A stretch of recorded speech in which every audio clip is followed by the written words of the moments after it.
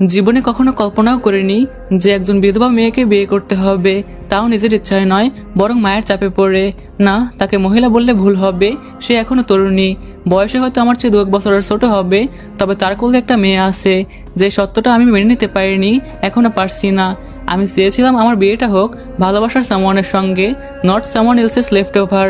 কিন্তু মা বারবার বললেন, ওর মা আমার ছোটবেলার বান্ধবী, তাছাড়া মেয়েটা অনেক ভালো শিক্ষিত, বাচ্চা থাকলেও তো আর জীবন থেমে থাকে না, তুই মানুষ করবি। আমি কিছু না বলে নীরবে সম্মতি জানালাম, মুখে কিছু না বললেও মনে ঘৃণা, রাগ আর হতাশা জমে রইল।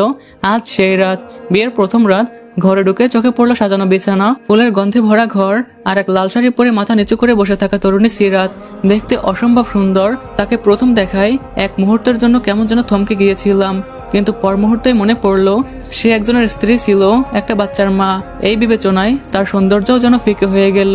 তারপর চুপচাপ এগিয়ে গিয়ে মাথার পাগড়িটা ছুঁড়ে ফেললাম বিছানার কোণে। সিরাত চমকে উঠল, কিন্তু কোনো কথা না বলে মাথা নিচু করে বসে রইল। আমি ঠান্ডা অথচ কাটায় মোড়ানো কণ্ঠে বললাম, দেখুন, এই বিয়েটা আমি নিজের ইচ্ছাই করিনি, মায়ের আবেগে বাধ্য হয়েছি। আপনি আমার স্ত্রী কেবল কাগজে কলমে, মোটেই বাস্তবে নয়। আমি আপনাকে স্ত্রী হিসাবে স্বীকার করব না, আর আপনার মেয়েকেও আমার সামনে আনবেন না। আপনার কোনো অধিকার আমার উপরে নেই, সেটা বুঝে চলবেন। বলে দরজাটা ধাক্কা দিয়ে বের হয়ে এলাম। পিছনে হালকা ফোপানের শব্দ পেলাম, কিন্তু ভান করলাম আমি যেন কিছুই শুনিনি। তারপর আমি ছাদে উঠে গেলাম। রাতটা ছিল অপূর্ব সুন্দর, আকাশের উপরে চাঁদ, ঠান্ডা হাওয়া। তবুও মনে হচ্ছিল আমার জীবনটা যেন অন্ধকারে হারিয়ে গেল। শেষমেশ আমি একজন অন্যের ফেলে যাওয়া সম্পর্কের খুঁটির সাথে আটকে গেলাম। মায়ের উপর রাগে গা জ্বলছিল। কিছুক্ষণ চুপচাপ দাঁড়িয়ে থেকে নিচে নেমে অন্য একটা রুমে চলে গেলাম এবং শুয়ে পড়লাম। পরদিন থেকে আমি সিরাত এবং তার মেয়েকে এড়িয়ে চলতে শুরু করলাম। একটা নিঃশব্দ গৃহিণীর মতো সিরাত ঘর গুছায়, রান্না করে, কাপড় কাচছে। তার 1 বছরের বাচ্চা নাইরা হামাগুড়ি দিয়ে ঘরের এমাথা হতে ওমাথা যায়। আমি যখন সন্ধ্যায় বাসায় ফিরি, তখন আমাকে দেখে এক কোণে বসে মিটিমিটি হাসি আর কিছু বলার ট্রাই করে, কিন্তু আমি গ্রাহ্য না করে চোখ ফিরিয়ে নিয়ে সোজা নিজের রুমে ঢুকে পড়ি। সিরাত খাবার রেখে যায় দরজার পাশে, চোখ তুলে তাকায়ও না, আমিও তাকাই না। দুজন দুজনকে অদৃশ্য ভেবে চলি। একদিন ঘরে ফিরে তো আমার মাথায় রক্ত উঠে গেল। ঘরে ফিরে দেখি সবকিছু আমার রুমের এলোমেলো, ডায়েরিগুলো ছড়ানো বালিশ মেঝেতে, খাতাগুলো ছেঁড়া, মাথা যেন আকাশ ভেঙে পড়লো। চিৎকার দিয়ে উঠলাম, নাইরা! সিরাত দৌড়ে এসে মুখ থুবড়ে পড়ার মতো অবস্থা এবং বলতে শুরু করলো, জি জি, কি হয়েছে বলুন আমায়। আমি রেগে গজগজ করতে করতে বললাম, আপনার মেয়েকে বলছি না আমার রুমে ঢুকতে দিবেন না।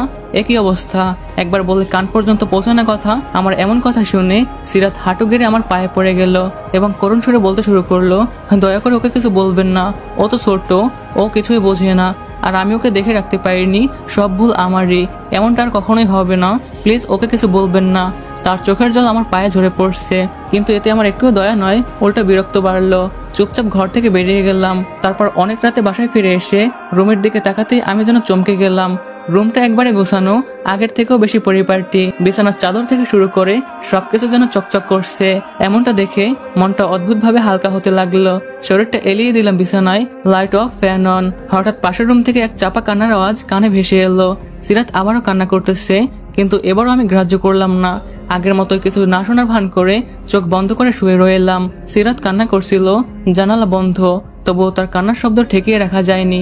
আমি পাশ ফিরে ঘুমানোর চেষ্টা করলাম, কিন্তু সেই চাপা কান্নার শব্দটা কেমন যেন বুকের ভিতরে খোঁচা দিয়ে যাচ্ছিল। মনে মনে ভাবতে শুরু করলাম, আচ্ছা, এই মেয়েটা প্রতিদিন আমার এত অবহেলা, ঘৃণা, চিৎকার সবকিছু সহ্য করে যাচ্ছে কিভাবে? এটা ভাবতে ভাবতে কখন যে ঘুমিয়ে পড়লাম বুঝতেই পারলাম না। পরদিন খুব সকালে ঘুম ভাঙলো চায়ের গন্ধে। রুমের দরজা খুলে দেখি ছোট একটা ট্রেতে চা রাখা, চায়ের কাপের পাশে ছোট একটা চিরকুট রাখা। চিরকুটে সুন্দর করে লেখা ছিল, আপনার তো সকালে মাথা ব্যথা করে, তার চিনির পরিমাণটা একটু কমিয়ে দিয়েছি, ভালো লাগলে বলবেন। চোখ যেন আটকে গেল, ভালো লাগলে বলবেন কথাটায়। মনে মনে ভাবলাম, এতটা অপমানের পরেও মেয়েটা এখনো কি করে আমার পছন্দের জিনিসগুলো মনে রাখে। তারপর চা খেয়ে আবারও ঘুমিয়ে পড়লাম। সেদিন বিকেলে ঘরে ফিরতেই নাইরাকে দেখি দরজার সামনে দাঁড়িয়ে, মুখে মিটিমিটি হাসি, আমার দিকে ছোট ছোট হাত বাড়িয়ে বলল, আক্কু। আমার বুকের ভেতরটা যেন কেঁপে উঠলো। এই প্রথম সে আমাকে কিছু বলতে চাইলো। আমি চোখ সরিয়ে চলে গেলাম, কিন্তু তার সেই নিষ্পাপ মুখটা আমার মনে গেঁথে রইল। আমার স্ত্রী সিরাত দূর থেকে সবকিছু দেখতেছিল, কিন্তু কিছুই বলল না। কয়েকদিন এভাবেই কেটে গেল। আমার চুপচাপ আসা যাওয়া, সিরাতের নীরব সেবা, নাইরার ছোট ছোট হাসি। একদিন রাতে দেখি আমার মাথার কাছে ব্যথার ওষুধ রাখা আর একটা চিরকুটে লেখা, আজ মাথা ব্যথার কথা বলছিলেন দুপুরে, তাই ওষুধটা রেখে গেলাম, সময় করে খেয়ে নিবেন। আমি অবাক হয়ে চিরকুটটা পড়ছিলাম। আমার মুখে কেউ এত বছর পরে মমতা শুয়ে দিল যেন। রাত গভীর হতে থাকলো, চোখে ঘুম আসছে না। ছাদের রেলিংয়ে দাঁড়িয়ে থাকলাম কিছুক্ষণ, তারপর নিচে নেমে ধীরে ধীরে সিরাতের ঘরের দিকে এগোলাম। ভিতর থেকে নাইরার হালকা হাসির শব্দ আসছে। দরজার ফাঁক দিয়ে দেখলাম সিরাত তাকে ঘুম পাড়ানো ট্রাই করতেছে এবং সরা বলতেছে। সরাটা এমন ছিল, আকাশেতে লুকায় চাঁদ, চুপটি করে নাইরা ঘুমাও আজ। তার গলার স্বর কি শান্ত, কি কোমল, একদম মায়া ভরা। এই প্রথমবার তার কণ্ঠ শুনে আমি স্তব্ধ হয়ে তাকিয়ে রইলাম। একটা বাচ্চার মা হয়েও সে যেন এখনো নিজের সমস্ত ভালোবাসা দিয়ে চারপাশের অন্ধকার সরিয়ে দিচ্ছে। আমি ধীরে ধীরে পিছনে ফিরলাম। আমার ভেতরে কোথাও যেন একটা নরম বাতাস বইছে, ঘৃণার কাঁটা ভেঙে কিছু একটা গলে যাচ্ছে ধীরে ধীরে। তবুও আমি জানি আমি এখনো প্রস্তুত নই এই ভালোবাসা স্বীকার করার জন্য, এই ছোট মেয়েকে মেয়ে বলে স্বীকার করার জন্য। তবুও কোথায় যেন কিছু বদলে যাচ্ছে। যাই হোক, দোটানার মধ্যে পড়ে গেলাম। তাকে দেখে মুগ্ধ হলেও যখন মনে হয় সে অন্য কারো স্ত্রী ছিল, তার প্রতি ঘৃণা চলে আসে। জীবন আমাকে কোথায় নিয়ে আটকালো, এই ভাবনা ভাবতে ভাবতে ওই দিন ঘুমিয়ে পড়লাম। পরদিন ঘুম ভাঙতেই চোখে পড়লো আরেকটা চিরকুট। লেখা ছিল, আপনার শার্টগুলোতে বোতাম লাগাতে দিয়েছি, কাল অফিসে পরে যেতে পারবেন। আমি রাগে গরম হয়ে উঠলাম, মনে মনে বললাম, কে বলেছে তাকে আমার জামা কাপড়ে হাত দিতে? তারপর আগে গজগজ করতে করতে নিচে নেমে আসলাম। সিরাত রান্নাঘরে একমনে ডাল নাড়তেছে, চোখে কালি, মুখে ক্লান্তি। আমার উপস্থিতি টের পেয়ে ঘুরে দাঁড়ালো। আমি ঠান্ডা অথচ বিষাক্ত কণ্ঠে বললাম, শুনুন, আপনি আবার আমার জিনিসে হাত দিয়েছেন কেন? আমি যদি আপনাকে কিছু না বলি তার মানে এই না যে আপনি আমার বউ হয়ে গেছেন। সিরাতের মুখে কোনো কথা নেই, মুখটা নিমেষেই কালো হয়ে গেল। তবুও মুখটা নামিয়ে বলল, মাফ করবেন, জামাগুলো খোলা ছিল, মনে হলো বোতাম ছিঁড়ে গিয়েছে তাই। আমি বললাম, আপনার কোনো কিছু ভাবার দরকার নাই, করারও দরকার নাই। আপনি কেবল এখানে আছেন মা বলেছে তাই, এর বাইরে কিছুই না। সিরাত আবারও চুপ, ওর চোখে পানি, কিন্তু সে সেটা আড়াল করতে জানে। আমি ঘর ছেড়ে বেরিয়ে গেলাম। রাস্তায় হেঁটে যাওয়ার সময় হঠাৎ মনে পড়লো কয়েক রাত আগে সে আমার মাথার পাশে ওষুধ রেখে দিয়েছিল। এই স্মৃতিটা যেন এক মুহূর্তের জন্য কোমলতা এনে দিল মনে, কিন্তু সাথে সাথে মনটা আবার গর্জে উঠলো।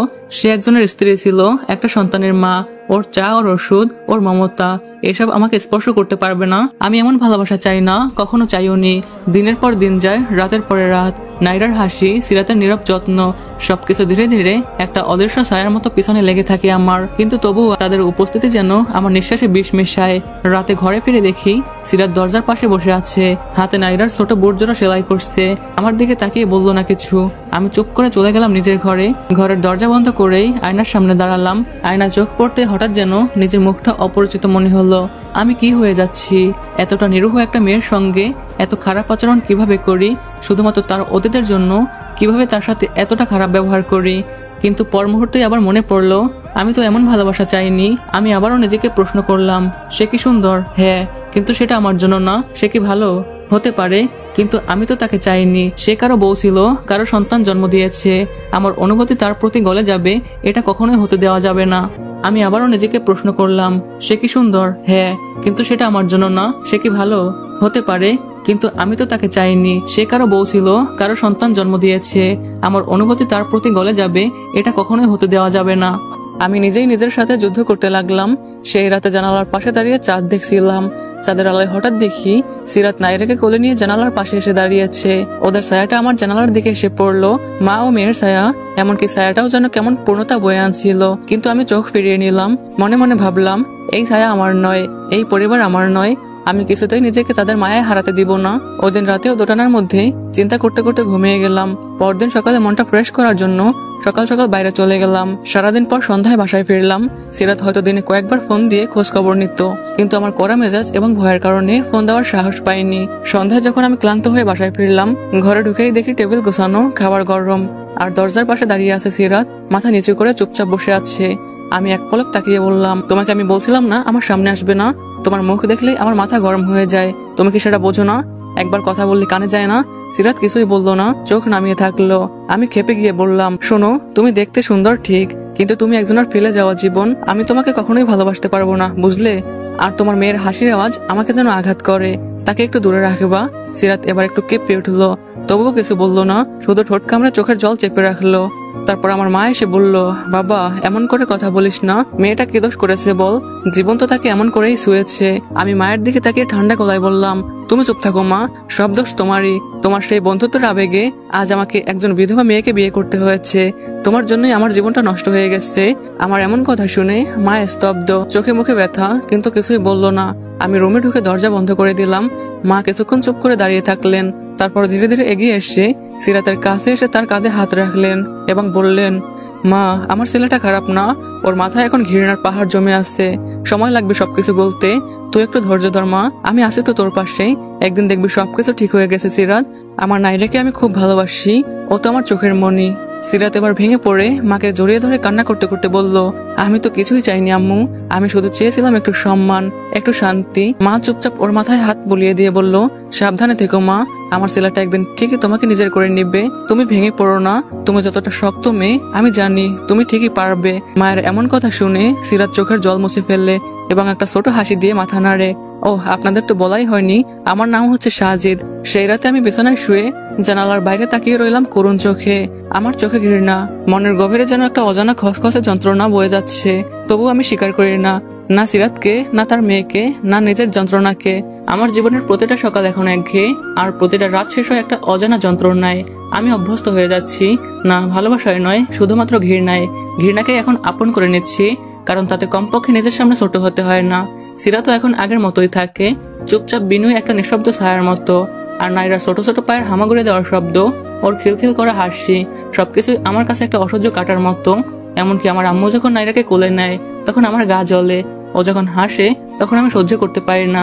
মাঝে মাঝে বলেই ফেলি, মা তুমি ওর সাথে এত মেশো কেন, তুমি তো আমার মা, ও তোমার কে? আমার আম্মু একটু থেমে মৃদু হেসে বলে, তুই বুঝবি না রে বাবা, মা হওয়া এমনই, কোল ফাঁকা থাকলে যে কারো দুধের গন্ধকেও আপন মনে হয়। আমি কোনো উত্তর দেই না, তবে মনে মনে শুধু একটা কথা বাজে, দুধের গন্ধ না মা, ওর গায়ে অন্য কারো স্পর্শ লেগে আছে, ও তো আমার কিছুই না, ও তো কারো ফেলে যাওয়া ছায়া। কথাগুলো মনে মনে বলতে বলতে রুমে চলে আসি। এক কথায় আমার স্ত্রী সিরাত এবং তার মেয়েকে আমি সহ্যই করতে পারি না। আজ সকালেও ঝগড়া হয়ে গেল। আমি চা খেতে বসছিলাম, সিরাত এসে চুপচাপ আমার সামনে কাপটা রাখলো, আর নাইরা আমার দিকে হাত বাড়িয়ে দিয়ে বলল, বাবা। এমনিতেও তাদের আমার সহ্য হয় না, তার উপর আমাকে বাবা বলে ডাকাতে রাগে আমি যেন গজগজ করতেছিলাম। আমি রেগে গিয়ে সিরাতকে বললাম, এই শব্দটা আরেকবার মুখ থেকে উচ্চারণ করলে আমি তোর মুখ ফেলবো। শিখিয়ে দাও মেয়েকে, তাই না, যে আমি ওর বাবা? আমার এমন কথা শুনে সিরাত কেঁপে উঠলো এবং নাইরাকে বলল, মা তাড়াতাড়ি আমার কোলে এসো। এটা বলে নাইরাকে কোলে তুলে নিল। হঠাৎ আমার আম্মুর উপস্থিতি। আম্মু বলল, তুই এত খারাপ হয়ে যাচ্ছিস কেন রে সাজিদ? তুই এই অবুঝ শিশুটাকে কিছুতেই দোষ দিতে পারিস না। আমি দাঁড়িয়ে তীব্র কণ্ঠে বললাম, তুমিই তো আমাকে ফাঁদে ফেলেছ মা, তোমার বন্ধুর মেয়েকে বাঁচাতে গিয়ে আমার জীবনটাকে বিষ করে দিলে। তোমার জন্য আজ একটা বিধবা মেয়েকে আমি বিয়ে করতে বাধ্য হলাম। তোমার জন্যই আমার বিছানাটা এখন ভাগাভাগি করা একটা দায়। আমার কথা শুনে মা স্তব্ধ, চোখে পানি চলে এলো তার। সিরাত তৎক্ষণাৎ নিচের দিকে মাথা নামিয়ে ফেললো, চোখে পানি জমে উঠলো তার। মা আমার দিকে তাকিয়ে বলল, তুই যাই বলিস না কেন বাবা, আমি জানি তুই খারাপ না, তোর ভিতরটা নরম। সিরাত মা, তুই একটু ধৈর্য ধর, একদিন দেখবি সবকিছু ঠিক হয়ে গেছে। আমার ছেলে একদিন তোকে আপন করে নেবেই, আর আমার ফুটফুটে নাইরাকেও একদিন মেয়ে হিসেবে গ্রহণ করবে। কথাগুলো শুনে আমার রাগ যেন আরো কয়েক গুণ বেড়ে গেল। মনে মনে বললাম, আশায় থাকো, কোনোদিনও আপন করে নিব না, যেভাবেই হোক এই জীবন থেকে আমি নিজেকে মুক্ত করেই ছাড়বো। এটা বলে চুপচাপ বেরিয়ে গেলাম দরজাটা ধাক্কা দিয়ে। আমার মুখে ঘৃণা ছিল, কিন্তু ভিতরে জানি না কেন যেন ব্যথা অনুভব করছিলাম। আমি হাঁটতে হাঁটতে ভাবছিলাম, একটা বাচ্চার মুখে বাবা শব্দটা এত ভারী লাগে কেন? সিরাতের সাথে এত খারাপ ব্যবহার করা কি ঠিক হয়েছে? কেন ওর কান্না শুনলে আমার বুক চেপে আসে? কেন সিরাতের চোখের পানি আমাকে রাগিয়ে তোলে, আবার শান্তও করে ফেলে? কিন্তু না, একদমই তাদের প্রতি দুর্বল হলে চলবে না। এইসব আবেগ দুর্বলদের জন্য। আমার ঘৃণাই আমার একমাত্র শক্তি। আমি সেই শক্তির হাত ধরে বাঁচতে শিখে গিয়েছি। এমনিতেও প্রচন্ড মানসিক চাপের মধ্য দিয়ে জীবন পার করতেছি, দোটানার মধ্য দিয়ে যাচ্ছি। এমন সময় হঠাৎ খবর পেলাম অফিসের নতুন পরিকল্পনা, ফ্যামিলি সহকারে নাকি ভ্রমণে যাবে। অফিসের হঠাৎ এমন পরিকল্পনা যেন আমার বিরুদ্ধে গিয়ে দাঁড়ালো। আমি কিছুতেই যেতে চাইনি, তবুও অফিস থেকে জোরাজোরি করাতে আমি বাধ্য হয়ে রাজি হই। এটা একটা অফিসিয়াল ট্যুর, সঙ্গে ফ্যামিলি নিয়ে যাওয়া বাধ্যতামূলক। ম্যানেজার আমাকে স্পষ্টভাবে বলে দিয়েছিলেন, ওয়াইফ নারানলি কনসিডার্ড অ্যাবসেন্ট। ওয়াইফ এই শব্দটা যেন কাটার মতো লাগে। যাই হোক, কি আর করার, চাকরি ঠিক রাখতে হলে অফিসের রুলস তো মানতেই হবে। বাসায় এসে দেখি সিরাত মায়ের কোলে শুয়ে আছে, সাথে নাইরাও আছে। কি সুন্দর দৃশ্য, যেন মনে হচ্ছিল পৃথিবীর সবচেয়ে ফ্যামিলি তারা। কিন্তু আমার রাগের কাছে এসব কিছু তুচ্ছ। আমার উপস্থিতি টের পেয়ে সে দ্রুত খাবার রেডি করলো। আমি ফ্রেশ হয়ে টেবিলে বসলাম। খেতে খেতে বিরক্ত নিয়ে বললাম, তোমাকে আমার সঙ্গে যেতে হবে। সিরাত ভয়ে ভয়ে নিচু কণ্ঠে বলল, না মানে কোথায়? আমি বিরক্ত হয়ে বললাম, অফিস থেকে ট্যুরে যাবে। সিরাত বলল, ও আচ্ছা। বিয়ের পরে এই প্রথমবার সিরাত তার হাজবেন্ডের সাথে কোথাও ঘুরতে যাওয়ার সুযোগ পাচ্ছে। প্রত্যেকটা মেয়েরই এটা একটা স্বপ্ন। হয়তো মনে মনে খুশিও হয়েছে, কিন্তু সেই খুশিটা আর স্থায়ী হতে দিলাম না। আমি আবারও গম্ভীর কণ্ঠে বললাম, তবে মনে রেখো, নিয়ে যাচ্ছি এর মানে এই না যে আমি তোমাকে মেনে নিয়েছি। জাস্ট আমার চাকরির ভালোর জন্য তোমাকে নিচ্ছি। তোমাকে আমি স্ত্রীর অধিকার কখনো দিতে পারবো না।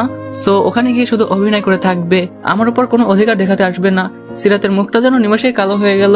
নিচু কণ্ঠে বলল, আচ্ছা। যাওয়ার দিন সকালবেলা সিরাত বলল, নাইরাও যাবে আমাদের সঙ্গে। রাগে তো আমার গা গজগজ করতেছিল। আমার আম্মু বলে উঠলো, অবশ্যই, বাচ্চাকে রেখে আবার কোথায় যাবে? মায়ের এমন কথা শুনে আমার ভিতরটা জ্বলছিল। তবুও কিছু না বলে চুপচাপ গাড়িতে উঠে পড়লাম এবং রওনা দিলাম অফিসের উদ্দেশ্যে। অফিসের সব স্টাফরা আগে ওখানে ফ্যামিলি সহকারে আসবে, তারপর ওখান থেকে পাহাড়ের রিসোর্টের উদ্দেশ্যে রওনা হবে। কিছুক্ষণের মধ্যে আমরা পৌঁছে গেলাম। ইতিমধ্যে সবাই আমাদের জন্য ওয়েট করতেছিল। আমরা যেতে কিছুক্ষণের মধ্যে গাড়ি আপন গতিতে চলতে শুরু করলো। সবাই সবার স্ত্রীর সাথে হাসি খুশি সময় পার করতেছে, মজা করতেছে। এদিকে সিরাত জানালার পাশে বসে নাইরাকে নিয়ে প্রকৃতি উপভোগ করতেছে। যদিও আমাদের মধ্যে সম্পর্কটা গভীর নয়, তবুও বাইরের কাউকে বুঝতে দেওয়া যাবে না। এজন্য আমি নিজে থেকেই সিরাতের সঙ্গে ভালো ব্যবহার করতে শুরু করলাম। আমার কলিগ আবির বলল, সাজিদ সাহেব, আপনারা কি সুন্দর কাপল। আপনাদেরকে দেখলেই বোঝা যায় যে আপনারা অনেক সুখে আছেন। কথাটা শুনে ভিতরটা যেন কেঁপে উঠলো। কয়েক সেকেন্ড সিরাতের দিকে তাকিয়ে থাকলাম। ওদিকে আবির সাহেবের স্ত্রী এমন কথা শুনে রেগে গিয়ে বলল, ও আচ্ছা, তার মানে আমাকে নিয়ে তুমি সুখী নয়। বাসায় চলো, মজা দেখাবো। আবির সাহেবের স্ত্রীর কথা শুনে আমি সহ সবাই হো হো করে হেসে উঠলো। যাই হোক, খুব আনন্দের মধ্যেই কাটছিল সময়টুকু। একটা অন্যরকম অনুভূতি কাজ করছিল সিরাতের প্রতি। তারপর আমি তার হাতে হাত রেখে প্রকৃতি উপভোগ করতে লাগলাম এবং নাইরাকেও কোলে তুলে নিলাম। আমার এমন আচরণে সিরাত যেন মুগ্ধ হয়ে গেল। সত্যি বলতে প্রথমবার কোলে নেওয়ায় মনের ভেতরে অদ্ভুত একটা অনুভূতি কাজ করছে নাইরার প্রতি। আমাদের দেখে সত্যি মনে হচ্ছিল যে খুবই হ্যাপি একটা ফ্যামিলি আমরা। যাই হোক, অনেকক্ষণ পরে আমরা গন্তব্যে পৌঁছালাম। জায়গাটা বেশ সুন্দর, ঠান্ডা হাওয়া, সবুজে ঘেরা। সহকর্মীরা যার যার পরিবার নিয়ে এসেছে। হাসি, গল্প, ছবি সব মিলিয়ে একটা উৎসব মুখর পরিবেশ। কিন্তু মুহূর্তেই কেমন যেন আমার মনটা পরিবর্তন হয়ে গেল। সিরাতের প্রতি ঘৃণা কাজ করতেছিল। আমি একটু চুপচাপ হয়ে গেলাম। অন্যদিকে সিরাত ও নাইরাকে কোলে নিয়ে এক কোণে চুপচাপ বসে আছে। আমি মাঝে মাঝে তার সাথে গিয়ে ভালো ব্যবহারের অভিনয় করি। এজন্য আমাদের মধ্যে যে দূরত্বটা, সেটা অন্যরা কেউই বুঝতে পারে না। আমার সহকর্মীর স্ত্রীরা সিরাতের পাশে গিয়ে তার সাথে কথা বলতে শুরু করলো। সিরাতও তাদের সাথে তাল মিলাতে শুরু করলো এবং একজন হঠাৎ করে নাইরাকে কোলে নিয়ে বলতে শুরু করলো, বাহ, আপনার মেয়েটা কি কিউট, আপনার মতো একদম পুতুল পুতুল লাগে। এমন কথা শুনে সিরাত হঠাৎ হেসে ফেললো। তাকে দেখতে অদ্ভুত সুন্দর লাগছিল। নরম সূর্যের আলোয় তার গালটা চকচক করছিল। তাকে যত দেখি ততই মুগ্ধ হই। পরক্ষণে মনে মনে ভাবি, এই অনুভূতি আমার উচিত নয়। তৎক্ষণাৎ মুখ ঘুরিয়ে রিসোর্টের শেষ রাতে একটা ফর্মাল পার্টির আয়োজন করা হলো। সবাই সাজুগুজু করে এসেছে। আমি ব্ল্যাক শার্ট আর জিন্স পরে আয়নার সামনে দাঁড়ালাম। নিজেকে দেখে মনে হচ্ছিল মুখে যেন অন্ধকারের ছায়া জমে আসছে। ঘর থেকে বের হতে যাব এমন সময় পিছনে কাচের আওয়াজে আমি থমকে দাঁড়ালাম। তাকিয়ে দেখি দরজায় একটা পরী দাঁড়িয়ে আছে। সিরাত দরজায় দাঁড়িয়ে আছে। রেড গোল্ডেন টাচের শাড়ি পরা, মুখে হালকা সাজ, চোখে শুধু লজ্জা আর লজ্জা। আমি কয়েক সেকেন্ড তাকিয়ে রইলাম তার দিকে। তারপর কিছু না বলে সোজা হেঁটে চলে গেলাম এবং মনে মনে ভাবলাম, না, এই সৌন্দর্য আমার জন্য নয়। সে আমার কেউ না। এই চোখ, এই মুখ, এটা আমার জীবনের কোনো অংশ নয়। তারপর লোক দেখাতে হাসি মুখে দাঁড়িয়ে রইলাম সবার মাঝে। পার্টির শেষ ভাগে একটা গেম খেলা হচ্ছিল, নো ইয়োর পার্টনার, একটা কাপল কুইজ। এই রে, কাজ সেরেছে। আমি হঠাৎ করে এই খেলার নাম শুনে পিছনে সরে যাই। এড়িয়ে যেতে চেয়েছিলাম, ভাবছিলাম পাশ কাটিয়ে বেরিয়ে যাব, কিন্তু হোস্ট বলল, সাজিদ ভাই, আপনি আর ভাবি তো একদম গোল্ডেন কাপল, প্লিজ স্টেজে আসুন। সবার হাততালিতে আমার আর কিছু করার রইল না। জোর করে হাসি চেপে রেখে স্টেজে উঠলাম। সিরাত নাইরাকে কোলে নিয়ে আমার পাশে দাঁড়ালো। হোস্ট প্রথম প্রশ্ন করলো, আপনার স্ত্রীর ফেভারিট রং কি? আমি মাথা চুলকাতে চুলকাতে বললাম, লাল। সিরাত আসতে বলল, না, সবুজ। সবাই হেসে উঠলো। পরের প্রশ্ন, আপনার স্ত্রী কফি পছন্দ করে নাকি চা? আমি বললাম চা। সিরাত মাথা নাড়ালো এবং বলল, না, কফি। আমি আসতে বললাম, তুমি এত কিছু করো কিন্তু নিজের সম্পর্কে তো কখনো আমাকে কিছুই জানাও না। সিরাত ফিসফিস করে বলল, জানানোর সুযোগ কই? আমি এক মুহূর্ত থেমে গেলাম। এর পরের কোশ্চেনটা ছিল একটু ফানি। সিরাত আপু, সাজিদ ভাইয়া ঘুমাতে যাওয়ার আগে কি করেন? সিরাত একটু হেসে বলল। উল্টো দিকে মুখ ঘুরিয়ে শুয়ে পড়ে। সবাই হেসে গড়াগড়ি। আমি নিজেও হাসি থামাতে পারলাম না। শেষ প্রশ্ন, এই দম্পতির একে অপরের জন্য এক কথা একটা বার্তা। আমি কিছু বলতে যাচ্ছিলাম, সিরাত বলল সহ্য। আমি থমকে তাকালাম, তারপর সবাইকে চমকে দিয়ে আমি বললাম, একমাত্র শব্দ শান্তি। কারণ সে কিছু বলে না, কিছু চায় না, এবং সবকিছু নিজ হাতে ম্যানেজ করে রাখে। মুহূর্তটা যেন থমথমে হয়ে গিয়েছিল। তারপর সবাই হাততালি দিল। রাতে অনুষ্ঠান শেষে আমরা গাড়িতে করে বাসায় ফিরছিলাম। সিরাত নাইরাকে কোলে নিয়ে ঘুমাচ্ছিল। আমি জানালার বাইরে তাকিয়ে আছি। তবে আজ জানালার বাইরে তাকিয়ে মনে হচ্ছিল বাতাসটা একটু নরম, চাঁদটা একটু উজ্জ্বল। মাঝে মাঝে নিজের অজান্তেই গাড়ির আয়নায় তাকাচ্ছি, আর আমার চোখ বারবার আটকে যাচ্ছে সিরাতের নিঃশব্দ মুখে। এই মেয়েটা এত সহজে কেন ভেঙে পড়ে না? আমি কেন বারবার তাকিয়ে ফেলি ওর দিকে? ভিতরটা ধীরে ধীরে কেমন যেন নরম হয়ে আসছে। তবুও আমি নিজেকে বলি, এই অনুভূতি হয়তো সাময়িক, ঘৃণা বললে চলবে না। ভ্রমণ শেষে বাড়ি ফিরতেই মা সিরাতকে কাছে ডাকলেন এবং জিজ্ঞেস করলেন, কেমন কাটলো রে মা পার্টিটা? সিরাত হালকা হেসে বলল, ভালোই। সাজিদ খুব সুন্দর করে সবকিছু সামলে নিল। আমি পাশে ছিলাম। কথাটা শুনে হালকা কেসে উঠলাম। মা চোখ টিপে বললেন, হ্যাঁ তাই নাকি? এবার দেখিস একটু একটু করে তোর বরটা পাল্টে যাবে। সিরাত চুপচাপ দাঁড়িয়ে রইল এবং মাথা নিচু করে রান্নাঘরে চলে গেল। নাইরাকে মা কুলি নিয়ে খেলতে শুরু করলো। সিরাত ভিতরে ভিতরে কষ্ট পেলেও তাকে দেখে মনে হচ্ছিল অনেকদিন পর ঘুরতে গিয়ে বেশ ভালো এনজয় করেছিল। সে একটু হাসি খুশি থাকার চেষ্টা করলেও এটা ভেবে হয়তো মন খারাপ হয়ে যায় যে আমি তার সাথে ভালো ব্যবহারের অভিনয় করি শুধুমাত্র মুহূর্তটাকে সুন্দর করার জন্য। বাস্তবে আমি তাকে সহ্যও করতে পারি না। যাই হোক, ভ্রমণ থেকে ফিরে মনের অজান্তেই কেমন যেন হালকা অনুভব করছিলাম। সিরাতের প্রতি একটা অন্যরকম অনুভূতি কাজ করলেও তার প্রতি ঘৃণা আমার একটুও কমেনি। তার প্রতি যে ঘৃণা, সেটা আমার পিছুই ছাড়ছে না। মা হয়তো ভাবছিল যে সবকিছু ঠিক হয়ে গেছে, কিন্তু সে তো আর জানে না তার ছেলের অন্তরে সিরাতের প্রতি শুধু ঘৃণার পাহাড় জমে আছে।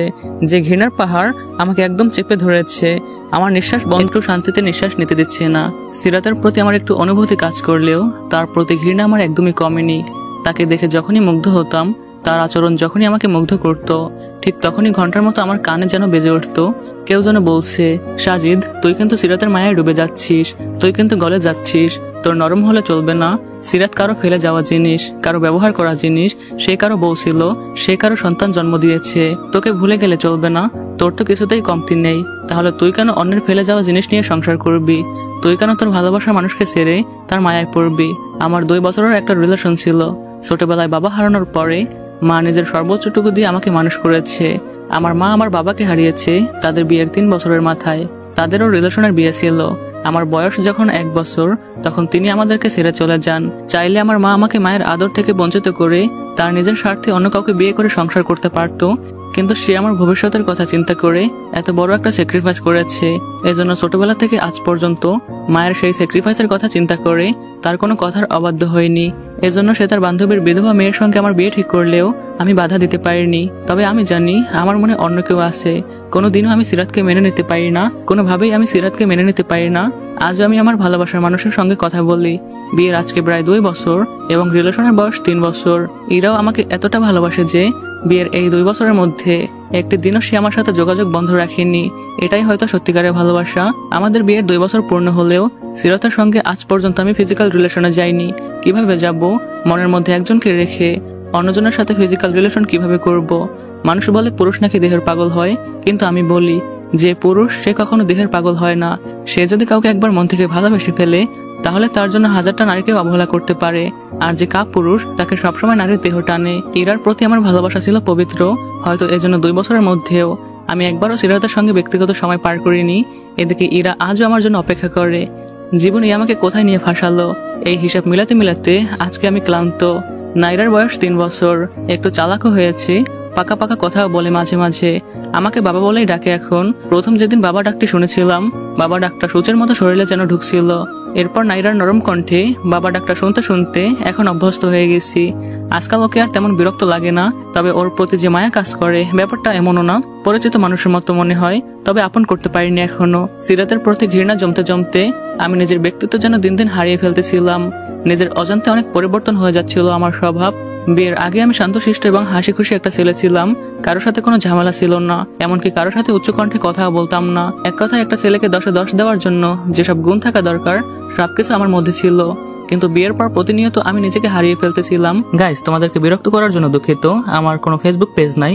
তোমরা যারা ফেসবুক পেজ কিংবা অন্য চ্যানেল থেকে শোনো, তোমাদেরকে আমার অরিজিনাল চ্যানেলে আসার আমন্ত্রণ রইল। আমার অরিজিনাল চ্যানেলের নাম হচ্ছে ভিশনারি সাজিদ। সামান্য কথায় চিৎকার করে উঠতাম, সামান্য ভুলে মায়ের সঙ্গেও খারাপ ব্যবহার করতাম, সামান্য বিষয় নিয়ে অতিরিক্ত বাড়াবাড়ি করতাম। আমি প্রতিদিন সকালে চা খেতে পছন্দ করি এবং সকাল ঠিক 7টার মধ্যে আমার চা লাগে। সিরাত যেদিন থেকে আমাদের বাড়িতে এসেছে এবং জেনেছে আমি সকালে চা খাই, তারপর থেকে আজ পর্যন্ত একদিনও 7টা থেকে 7টা 1 মিনিট হয়নি ঠিক 7টার আগে সে আমার জন্য চা নিয়ে আসতো। কারণ সে জানে যে আমি সামান্য বিষয়ে অতিরিক্ত রেগে যাই। এমনিতেও তাকে আমার সহ্য হতো না, এজন্য আমার মন জোগাড় করে চলার চেষ্টা করতো। কিন্তু আজকে হলো একটু ব্যতিক্রম। তাড়াহুড়ো করে অফিসে যাওয়ার জন্য রেডি হচ্ছি আর 7টা বেজে গেছে। আজকে এখনো আমার রুমে চা আসলো না। চিৎকার করে মাকে ডাকলাম। মা বলল, কি হয়েছে রে বাবা, সকাল সকাল এভাবে চিৎকার করতেছিস কেন? আমি উচ্চকণ্ঠে বললাম, এই বাড়িতে কি শুধু ঘুম এবং খাওয়ার মানুষই আছে? সকালবেলা যে আমার চা লাগে সেটা কি কানে ঢুকিয়ে দিতে হবে রোজ আমাকে? একবার বললে হয় না? সব দোষ তোমারই, লাই দিতে দিতে মাথায় তুলে ফেলছো। আসলে রাগের মাথায় যে কি বলতেছিলাম নিজেই জানি না। আমাদের চেঁচামেচি শুনে সিরাত আস্তে মাথা নিচু করে আমার সামনে এসে বলল, দেখুন অনেক বড় ভুল হয়ে গেছে। আসলে আজকে সকালে উঠতে পারিনি, প্লিজ আমাকে মাফ করে দেন। এরপর থেকে আর কখনো এমনটা হবে না। আমি রাগ কন্ট্রোল করতে পারছিলাম না। চর মারতে যাবো এমন সময় নাইরা অস্পষ্ট কণ্ঠে বলল, বাবাই মাম্মামকে মেলো না। আমি থমকে গেলাম।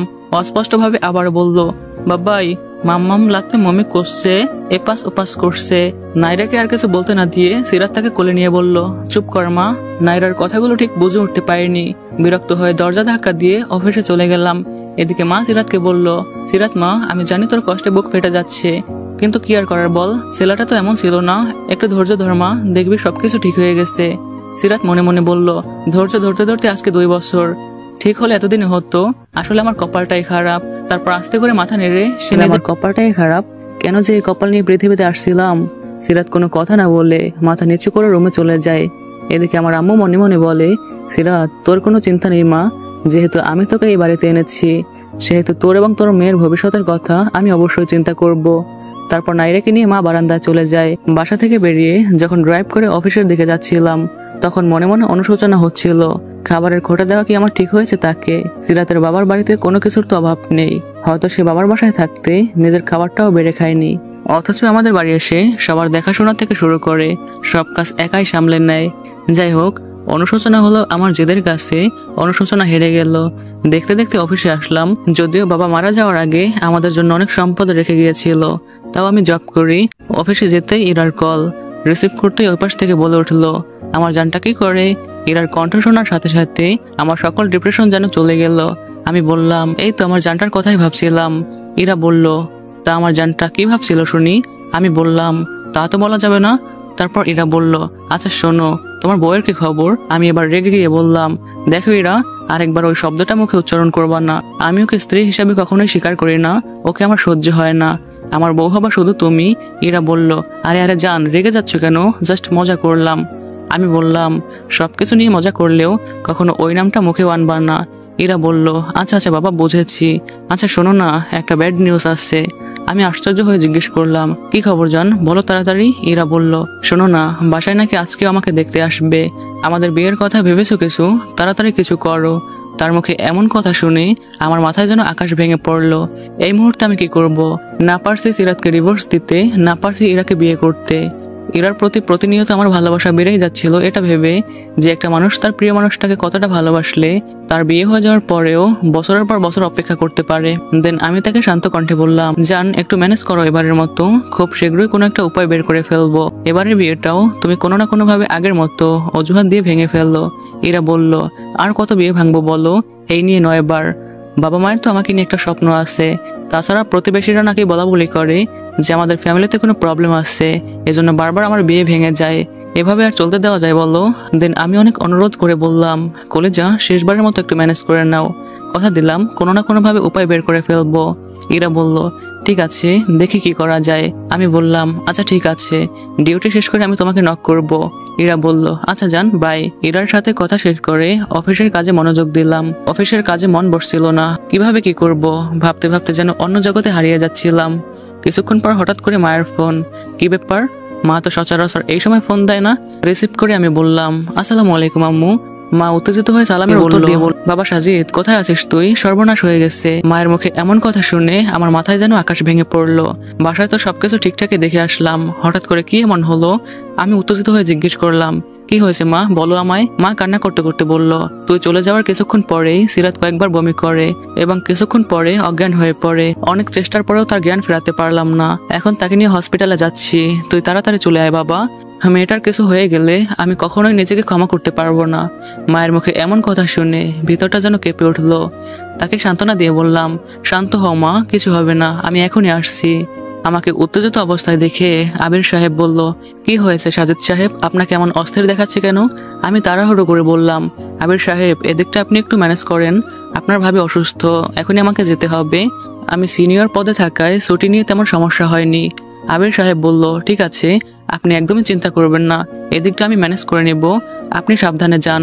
আর হ্যাঁ, অবশ্যই কোনো সাহায্য লাগলে জানাবেন। তার কাছ থেকে বিদায় নিয়ে আমি দ্রুত হসপিটালে চলে গেলাম। গিয়ে দেখি সিরাতের আব্বু আম্মু সহ সবাই আমার জন্য ওয়েট করতেছে। সবার মুখেই কান্নার ছাপ। আমাকে দেখেই নাইরা আমার কোলে এসে কান্না করতে করতে বলা শুরু করলো, বাবাই তুমি সকালে মামুনিকে বকছিলে, এজন্য লাগ করে সে আর কথা বলে না, ঘুমিয়ে আছে। নাইরার মুখে এমন কথা শুনে সিরাতের আব্বু আম্মু আমার দিকে অবাক দৃষ্টিতে তাকিয়ে রইল। সবার সামনে আমার মাথা যেন হেঁট হয়ে গেল। নাইরার কথা অস্পষ্ট থাকায় ব্যাপারটাকে গুরুত্ব দিল না। তবে নাইরার কথা শুনে আমার ভেতরটা যেন নড়া দিয়ে উঠলো। কয়েক ঘন্টা পর ডক্টর বের হতেই আমার আম্মু উত্তেজিত অবস্থায় জিজ্ঞেস করলো, ডক্টর আমার মেয়েটা এখন কেমন আছে, ওর কি হয়েছে বলুন ডক্টর।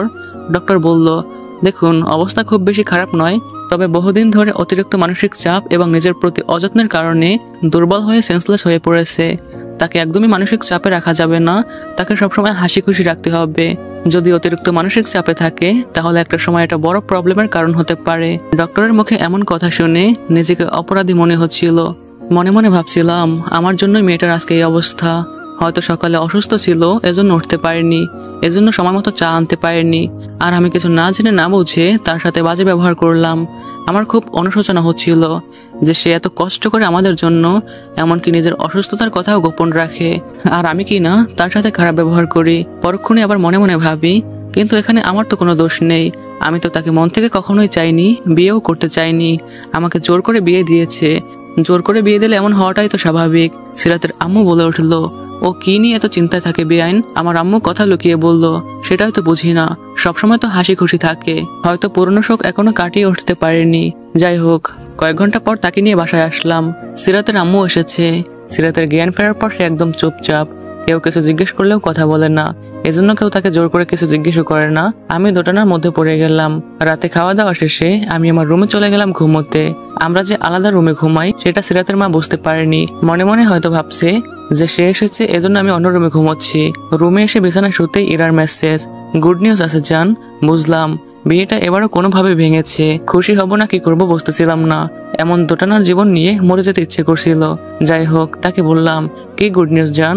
এরা বলল, আজকেও বলছি ছেলে পছন্দ হয়নি।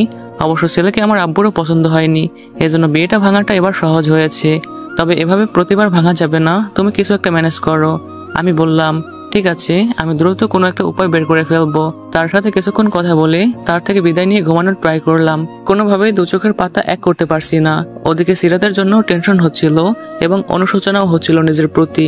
এপাশ ওপাশ করতে করতে শেষ রাতে কখন যে ঘুমিয়ে পড়লাম টেরই পেলাম না। সকালে উঠে দেখি টেবিলে চা রাখা।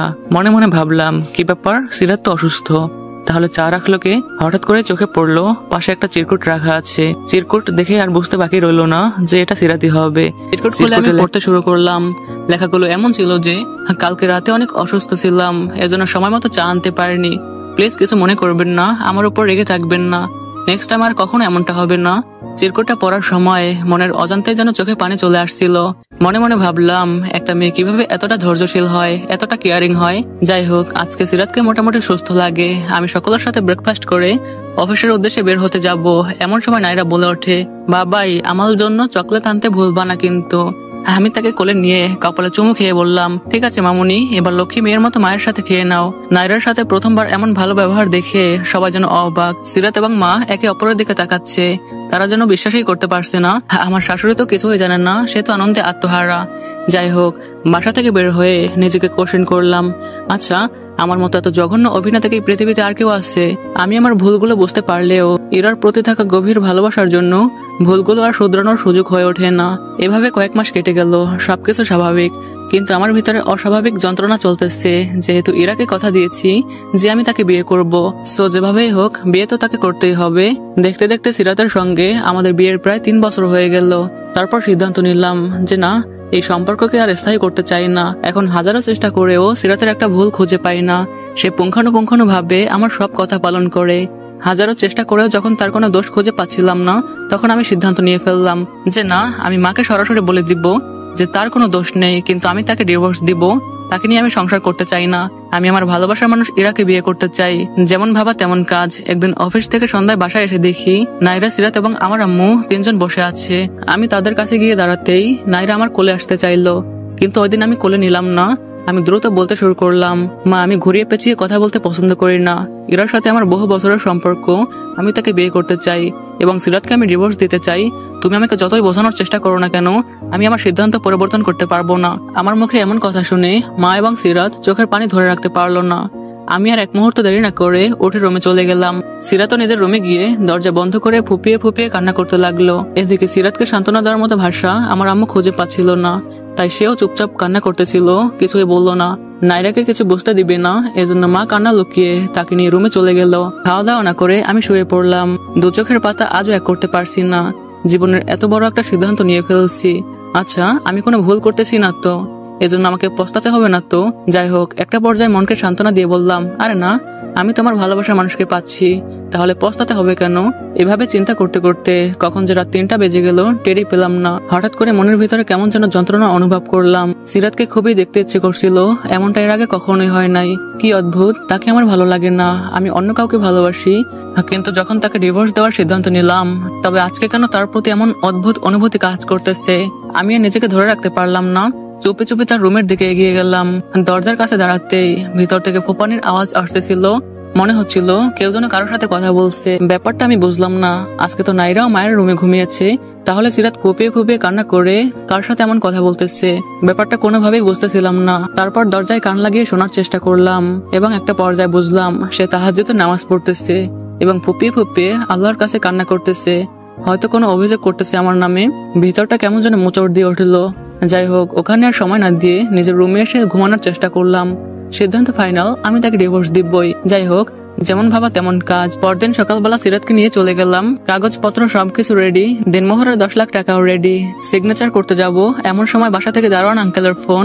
আঙ্কেল অস্থির হয়ে বলল, স্যার, আপনারা কোথায়? ম্যাডাম তো স্ট্রোক করেছে, কোনো কথা বলছে না, চোখ বন্ধ করে আছে। আপনারা তাড়াতাড়ি আসুন, আমি তাকে নিয়ে হসপিটালে যাওয়ার ব্যবস্থা করতেছি। দারোয়ানের এমন কথা শুনে সিরাত চোখের পানি ধরে রাখতে পারলো না। আমি সিগনেচার না করে দ্রুত হসপিটালে চলে গেলাম। নাইরাকেও বাসায় রেখে আসছিলাম। হসপিটালে গিয়ে দেখি নাইরা কান্না করতেছে। আমাকে দেখেই আমার কোলে এসে আরো জোরে কান্না করতে শুরু করলো। আমরা যাওয়ার আগে সিরাতের আব্বু আম্মু ওখানে উপস্থিত হয়েছিল। মায়ের জন্য আমি ছটফট করছিলাম, চোখের পানি যেন থামছেই না। সিরাত এবং নাইরাও কান্না করতেছে। আমি মায়ের কাছে যেতে চাইলে ডক্টর আটকে দেয় এবং বাইরে ওয়েট করতে বললে। 1 ঘন্টা ওয়েট করার পরে ডক্টর যখন বের হলো, সে বের হয়ে বলল, দেখুন, রোগের অবস্থা আশঙ্কাজনক, জ্ঞান এখনো ফেরেনি, ফেরার সম্ভাবনাও খুব কম। আমি চিৎকার করে কান্না শুরু করলাম। ডক্টর আমাকে সান্ত্বনা দিয়ে বলল, এখনই ভেঙে পড়বেন না, আল্লাহর উপর ভরসা রাখুন। তাকে বলুন তিনি চাইলে 1 মুহূর্তে সবকিছু সমাধান করে দিতে পারে। এটা বলে ডক্টর চলে গেল। তারপর আমার শ্বশুর আমাকে সান্ত্বনা দিয়ে বলল, দেখো বাবা, ভেঙে পড়লে হবে না, আমাদেরকে স্ট্রং থাকতে হবে। তারপর না খেয়ে না ঘুমিয়ে হসপিটালে কাটিয়ে দিলাম 3 দিন। সিরাতেরও ঘুম খাবার সবকিছু হারিয়ে গেছে। নাইরা অসুস্থ হয়ে পড়বে বলে তাকে নিয়ে তার নানু বাসায় চলে গেছে। মাঝে মাঝে এসে আমাদেরকে দেখে যায়। 4 দিনের দিন ডক্টর এসে আমাকে হঠাৎ বলে, রোগের জ্ঞান ফিরেছে, তবে সেটা অল্প সময়ের জন্য। রোগের সবচেয়ে আপনজন, সবচেয়ে কাছের মানুষ তার কাছে যেতে পারেন, তবে তার সাথে বেশি কথা বলবেন না, তাকে প্রেশারাইজ করবেন না। আমি সিরাতের দিকে তাকালাম, বললাম, তুমিও চলো, কারণ এতদিনে আমি এটা বুঝিয়ে গিয়েছি যে আমার আম্মু আমার থেকেও সিরাতকে বেশি ভালোবেসে ফেলেছে। হঠাৎ করে খেয়াল করলাম আমার শাশুড়ি নাইরাকে নিয়ে হসপিটালে চলে এসেছে। নাইরার নাকি তার দাদুকে দেখার জন্য অনেক কান্না করছিল। তারপর নাইরাকে নিয়ে আমরা 3 জনেই মায়ের কাছে গেলাম। কাছে যেতেই আমার আম্মু নাইরাকে কোলে নিল এবং কান্না করতে করতে বলল, বাবা সাজিদ, জীবনে আমি তোর কোনো আবদার অপূর্ণ রাখিনি, বিনিময় তোর কাছে চাইনি, এমনকি তোর ভবিষ্যতের কথা চিন্তা করে আমি দ্বিতীয়বার বিয়ে পর্যন্ত বসিনি। আজ একটা জিনিস চাবো, তুই দিবি? মায়ের পা ধরে কান্না করতে করতে বললাম, হ্যাঁ মা, বলো, কি চাও তুমি? জীবন দিয়ে হলেও তোমার কথা রাখবো। মা নাইরার কপালে চুমু খেয়ে বলল, এই অবোধ শিশুটার দিকে তাকিয়ে হলেও তোরা দুজন দুজনকে ছেড়ে যাস না। মায়ের এমন কথা শুনে আমার তো জ্ঞান হারানোর মতো অবস্থা। আমাকে কোনো কথা বলার সুযোগ না দিয়ে মা চোখ বন্ধ করে নিল। ডক্টর ঘোষণা করলো যে সে আমাদেরকে ছেড়ে চলে গেছে। মা আমাদের একা করে হঠাৎ করে ছেড়ে চলে গেল। ব্যাপারটা আমি কোনোভাবেই মানতে পারছিলাম না। মায়ের এমন আবদারে আমার মাথায় যেন আকাশ ভেঙে পড়লো। কারণ আমি তো সিরাতকে ভালোবাসি না, আমি তো ইরাকে ভালোবাসি। তাকে বিয়ে করার প্রতিশ্রুতি দিয়েছি। যাই হোক, মায়ের শোকে এসব ভাবা বন্ধ করে দিলাম। পাগলের মতো কান্না শুরু করলাম। সিরাতও পাগল প্রায়, কারণ তার একমাত্র আশ্রয়স্থল ছিল আমার মা। সেও তাকে ছেড়ে চলে গেল। এখন তার এবং নাইরার কি হবে? নাইরা কিছু বোঝে না, সে শুধু কান্না করে এবং কান্না করতে করতে অস্পষ্ট ভাবে বলে, দাদনু দাদনু। সো গাইস, বুঝতেছো পরবর্তী পার্ট কতটা ইন্টারেস্টিং হতে যাচ্ছে? সো তোমাদের কি মনে হয় এরপরে কি হতে যাচ্ছে? গল্পে কি হ্যাপি এন্ডিং হবে নাকি স্যাড এন্ডিং হবে? তোমাদের মতামত কমেন্টে জানিয়ে ফেলো। যাদের ধারণা সঠিক হবে, আমি কথা দিলাম আমি নিজে তাদের সাথে যোগাযোগ করে পরবর্তী কোনো গল্পে তার নাম যে কোনো একটা ক্যারেক্টারের নামে ব্যবহার করব এবং তার ভয়েসও ব্যবহার করব। সো ফটাফট কমেন্ট করে ফেলো। আর গাইস, গল্পটা কবে শেষ হবে, পরবর্তী পার্ট কবে আসবে, সবকিছু তোমাদের উপর ডিপেন্ড করে। তোমরা তো ছোট ছোট টার্গেট খুব দ্রুত কমপ্লিট করে ফেলো। এজন্য ভাবলাম আজকে তোমাদেরকে একটা চ্যালেঞ্জ দিব। জানি সেই চ্যালেঞ্জটা চাইলেই তোমরা কমপ্লিট করতে পারবে না, সেটা তোমাদের জন্য অনেক কঠিন হয়ে যাবে। তারপরেও বলি, যদি তোমরা কমপ্লিট করতে পারো তাহলে আমি কথা দিলাম গল্পটা আমি খুব দ্রুত 2-1 দিনের ভিতরে শেষ করে দিব। তাতে এক একটা পার্ট যত বড়ই লাগুক না কেন। চ্যালেঞ্জটা হচ্ছে এই ভিডিওতে 3000 লাইক এবং 1000 কমেন্ট করবা। জানি এটা কমপ্লিট করা অতটাও সহজ না। সো তোমরা চ্যালেঞ্জ অ্যাকসেপ্ট করে এখনই কমপ্লিট করার মিশনে নেমে পড়ো। আর হচ্ছে আমরা লাইভে আড্ডা দিই, অনেক মজা করি, সবার সাথে কথা বলি। সো তোমরা যদি আমাদের সাথে জয়েন হতে চাও, লাইভে সরাসরি কথা বলতে চাও, তাহলে কমেন্ট বক্সে লিংক দেওয়া থাকবে, ওখানে ক্লিক করে এখনই জয়েন হয়ে যাও। আল্লাহ হাফেজ।